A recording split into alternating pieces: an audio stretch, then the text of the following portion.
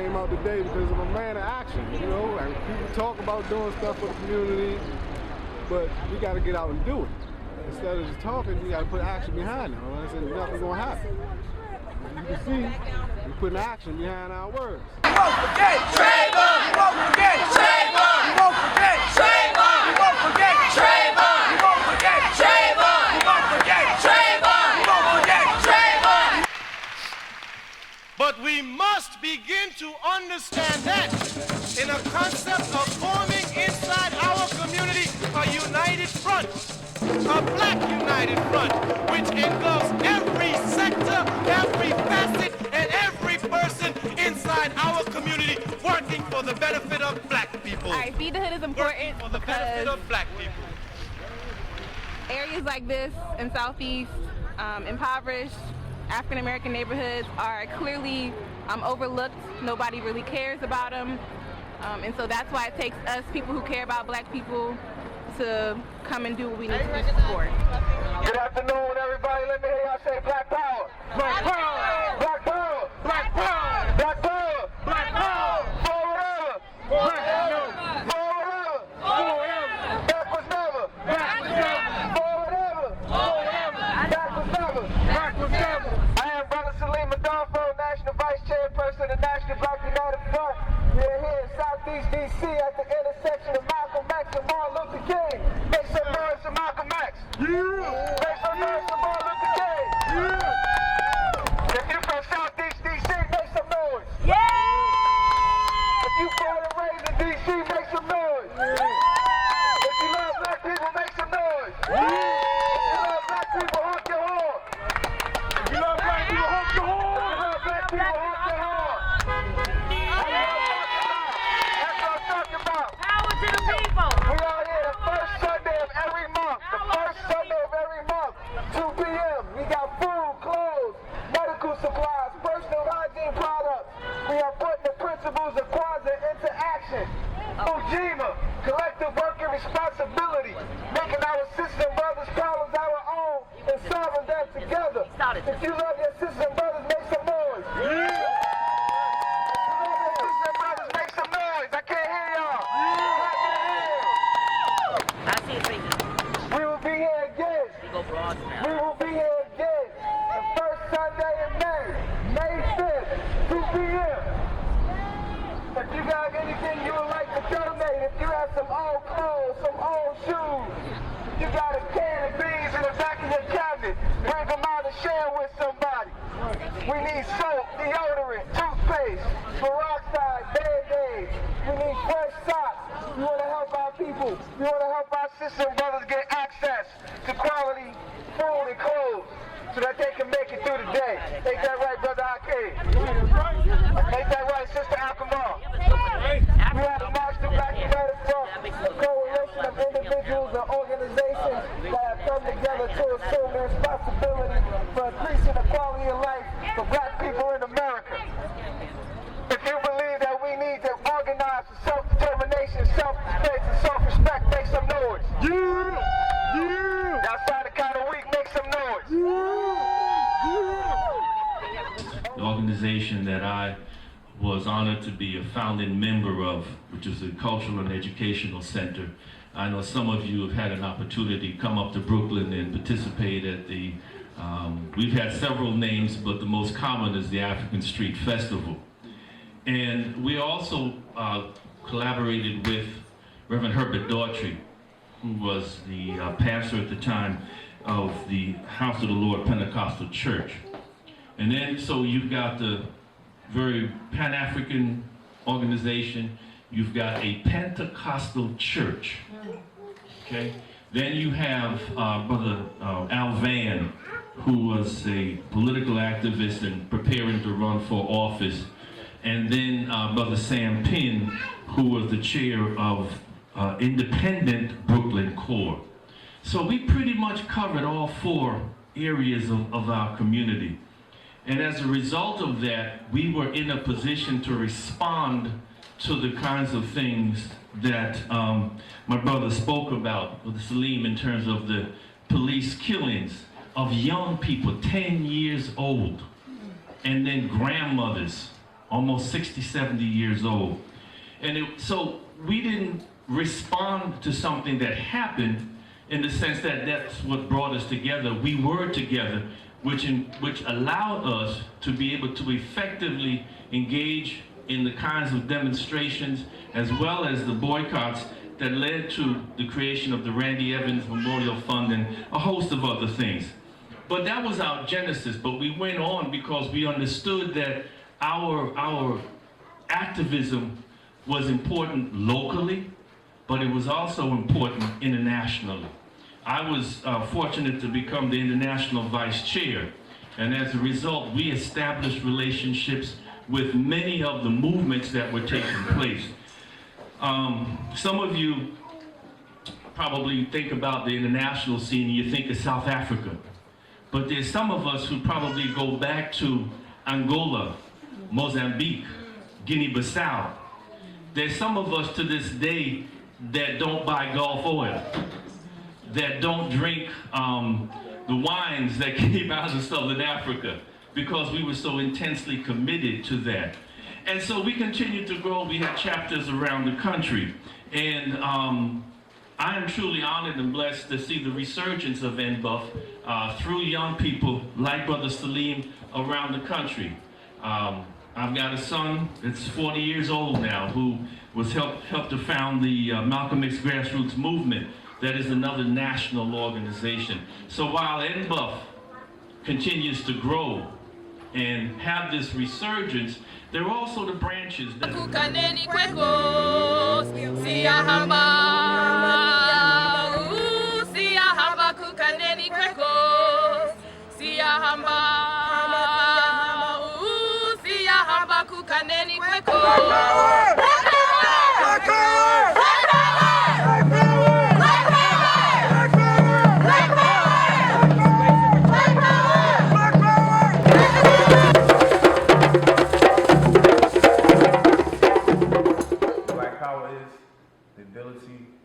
to own and operate the economics, the political, social, and educational dynamics in your community, and also the ability to love your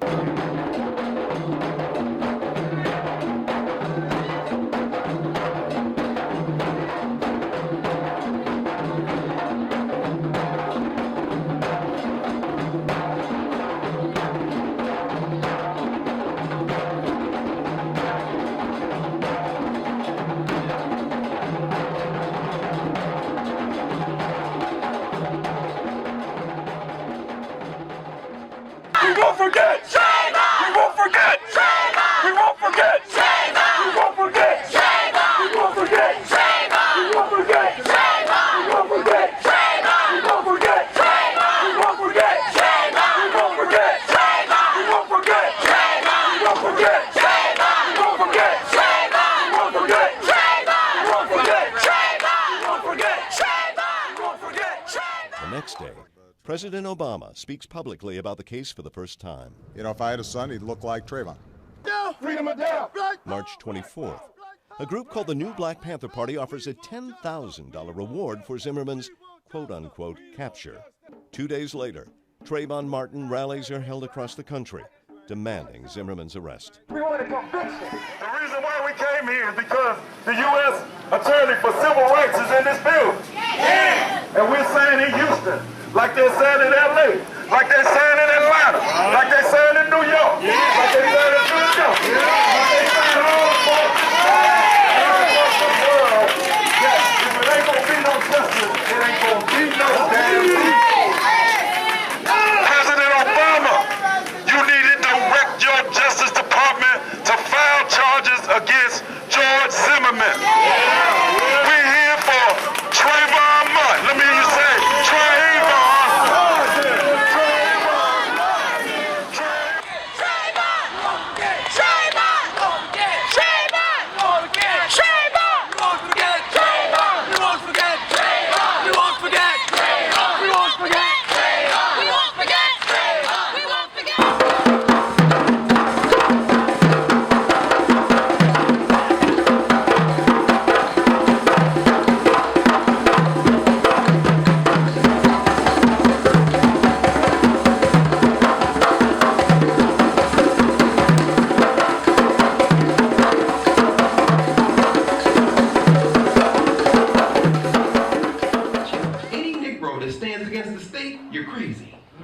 They said he was a fire starter, and you heard himself talk about that tragedy. But this is more than just a young man trying to find himself. The state said, you got a mental problem, just like your mama. This is the type of thing that drives our young people to the margins of society, which is where they should be, because this society is going to hell and it's going to go away. That's not insanity, that's sanity. But it has to be focused in a way where political consciousness can emerge. And so the last thing I'll say is this. I think it's, because there's a lot of things we could talk about tonight, and there are people in this room who knew him. I know Dr. Randy Short, who was here in the region, worked with him a lot. I would say this about young brother Malcolm Shabazz. I remember thinking about what happens to young people when they are not surrounded by folks who can intervene on their behalf and protect them. I remember thinking about that, looking at the little 8th grade memory book that his grandfather had in the papers that were saved at the Schomburg game. And you looking at it and you see him writing in his little memory book when he's in the 8th grade in Michigan. You think, now what happened to this young man right here? What did he have to go through to emerge outside on the other side as Malcolm X? The same thing his grandson was going through as he began to emerge on the other side. And just as he was emerging, the state created a set of circumstances that created a young man in search of himself who found himself south of the border. It doesn't even matter who killed him. We can play conspiracy theory for the rest of our lives, but one thing is clear. Whoever killed Malcolm Shabazz, and they arrested 2 guys, I guess, yesterday or earlier today. Whoever killed Malcolm Shabazz, the state is responsible. And we are responsible if we do not learn the lesson finally that this young brother's life can teach us, which is we have to protect our young people and we have to protect ourselves. We can't treat people as crazy when they stand up against the state. We cannot make the truce that some in the Negro middle class have made. Because the price for the truce is our death. Because like any truce, it can always be broken by either side. And in this truce, the state never, ever, ever declared itself on our side. They never made a truce with us. We made a truce with them. So it's time for us to stop acting crazy. Message, brother. Oh, yeah. What we're doing right now is we have all call and response. And when I call out, oh, yeah, you say, oh, yeah, winning, winning. Bring down the fire.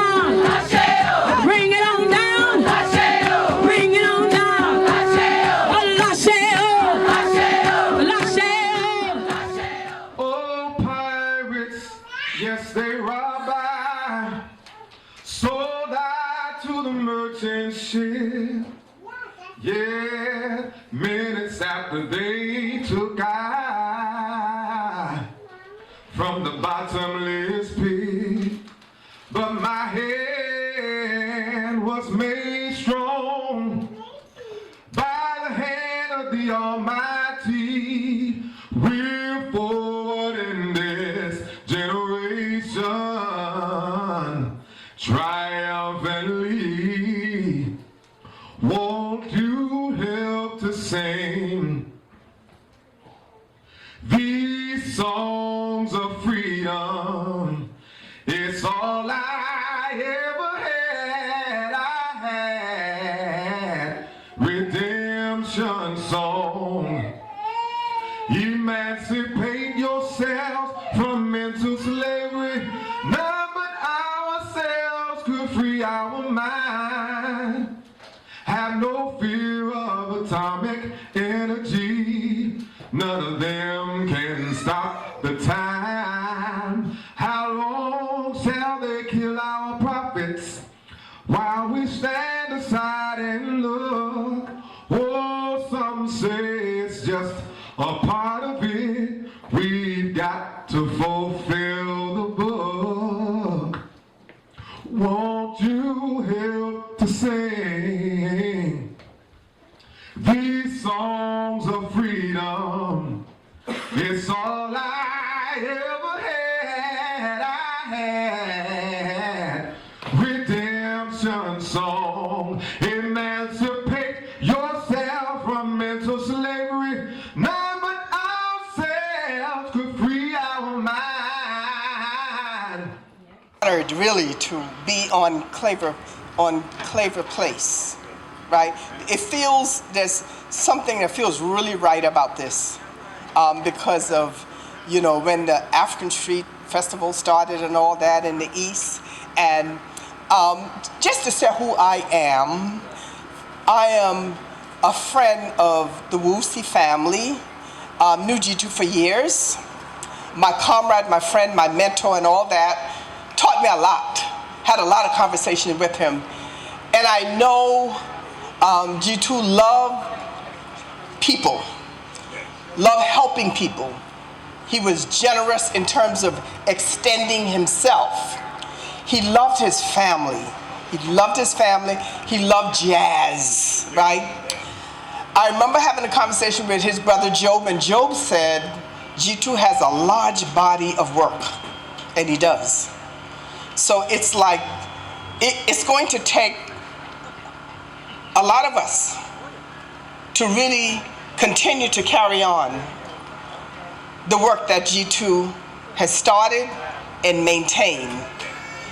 Let me tell you one thing that made G2 a really great person is because he did small things, and he didn't think it was insignificant to have a fundraiser for someone and sit at the door and keep the sign-in list and make sure the money was right.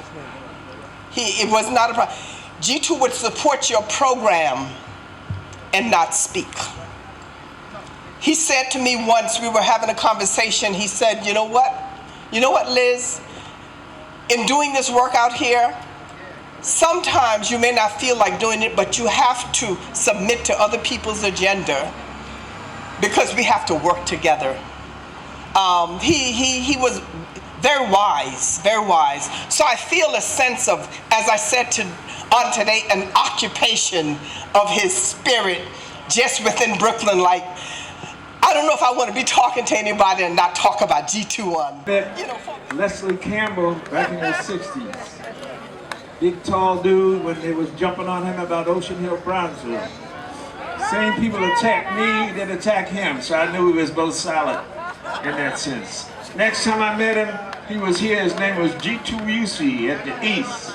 And we used to come to the East all the time. That's where we used to see Pharoah Sanders, for instance, back then in those days. In that turbulent period, do you all remember what that period was like? Really? Do you remember that? You know, the Montgomery bus boycott, and the Rosa Parks, and Emmett Till, and the whole 60s that we went through. Y'all went through that? Yeah. Well, you can't let them roll back. Right. You gotta let these kids get up, stand up. And so then the next thing, we was in one organization called the Congress of African People. G2, all of us, all 15 organizations. And we started dealing with Africa then, you know, the question of Africa. We all lit up with that, you know, we didn't know. We are Africans, you know, that was a light shown inside our heads. We are Africans, do you understand that? And so the African liberation movement was going on. Nkrumah, Cabral, Sekou Touré, Nyerere, all those people, and we thought they was the most brilliant people in the world. And that's what we thought. Now they have changed all that. You know, like the man said, you roll the rock up the hill, they roll it back down on your head. But you can't let them roll it all the way back. You gotta fight. And we know, even though we got a black president, they tell me, it ain't done nothing but cool us out. We got cool now. We willing to accept all kind of stuff because we got the brother the president, but he only gonna be president for 4 years. And you got to get back up, stand back up, and do the things. Our son, my wife Amina, and my son Ras Barak is running for mayor in Newark. Hey, you want to come over there and help us? Help us. You want to get some of this literature? Why are we doing that? For the same reason he's doing that. You taught him to do that. We taught Raz to do that. Don't stop. Keep it up. Keep going. Uhuru Sasa. I think we all, as a community, say if we love these ancestors and we love our elders, are we doing enough to take care of them? I mean, we gotta really ask ourselves that. Or are we just fascinated with them, and when they come to town, we wanna take pictures with them, post it on Facebook, and see how many likes we can get? You know, I'm fired up. I don't believe in doing no unorganized, undisciplined, reactionary behavior. But, you know, it burns me up that I know that some of us just like to come out to the stuff, and we got all kinds of excuses for why stuff can't get done. But I don't think that we really understand the depth of what we're involved in. Assad Shakur got a $2 million hit out on it. That's what it is, a hit. The only other person that I could think of that hadn't hit that high was Osama bin Laden. That was $10 million. So she's wanted dead or alive, Dr. Carr. Dead or alive for $2 million.